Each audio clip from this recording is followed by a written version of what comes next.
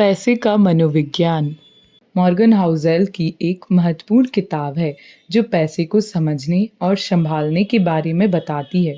यह किताब हमें सिखाती है कि पैसा कमाना, बचाना और निवेश करना जितना महत्वपूर्ण है उतना ही महत्वपूर्ण है हमारे पैसे के प्रति दृष्टिकोण और मानसिकता। पैसे से खुशी नहीं मिलती।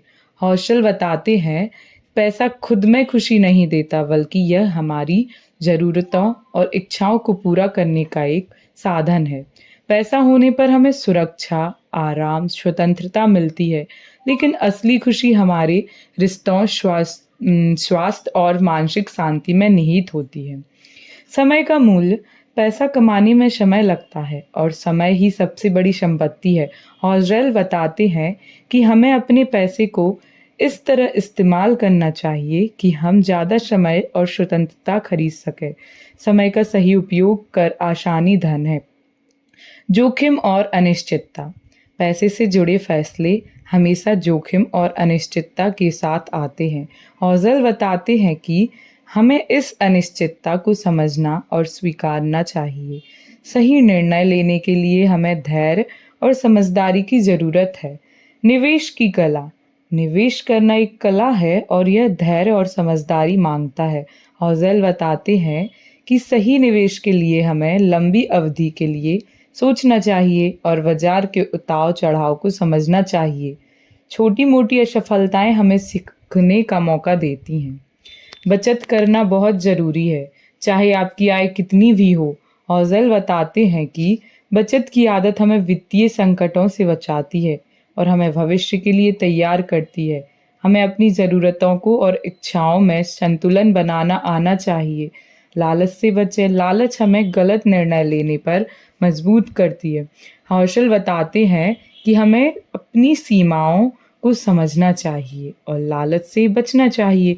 संतुलित दृष्टिकोण अपनाकर और अपने फैसलों में समझदारी रखना जरूरी है। धैर्य और समय की शक्ति। धैर्य रखना और समय की शक्ति को समझना बहुत महत्वपूर्ण है। सही समय पर सही निर्णय लेने से हमें बड़े फायदे मिल सकते हैं। हमें धैर्य रखना सीखना चाहिए और जल्दबाजी से बचना चाहिए। वित्तीय आज़ादी। वित्तीय आज़ादी का मतलब है कि आप अपनी ज़िंदगी के फैसले पैसे की चिंता के बिना ले सकते हैं। हौजल बताते हैं कि हमें अपने खर्च और बचत में संतुलन बनाकर वित्तीय आज़ादी की तरह बढ़ना चाहिए। यह हमें जीवन में सच्ची खुशी और संतोष देता है। समझदारी से खर्च। पैसे को समझदारी से खर्च करना बहुत ज़रूरी है। अनावश्यक खर्चों से बचें और अपनी प्राथमिकताओं को समझें। हौसेल बताते हैं, खर्च के लिए दिए गए हर पैसे का एक वैकल्पिक उपयोग होता है और हमें इसे ध्यान में रखना चाहिए। सीखते रहना चाहिए। वित्तीय सफलता का एक महत्वपूर्ण पहलू यह भी है कि हम हमेशा सीखते रहें और विनम्र रहें। हमें यह समझना चाहिए कि हम सब कुछ नहीं जानते और हमेशा कुछ नया सीखने का मौका है।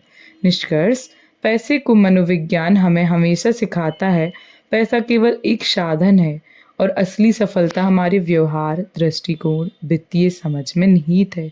यह किताब हमें वित्तीय संतुलन, समय का महत्व, जोखिम प्रबंधन, निवेश और धैर्य के बारे में गहराई से समझने में मदद करती है।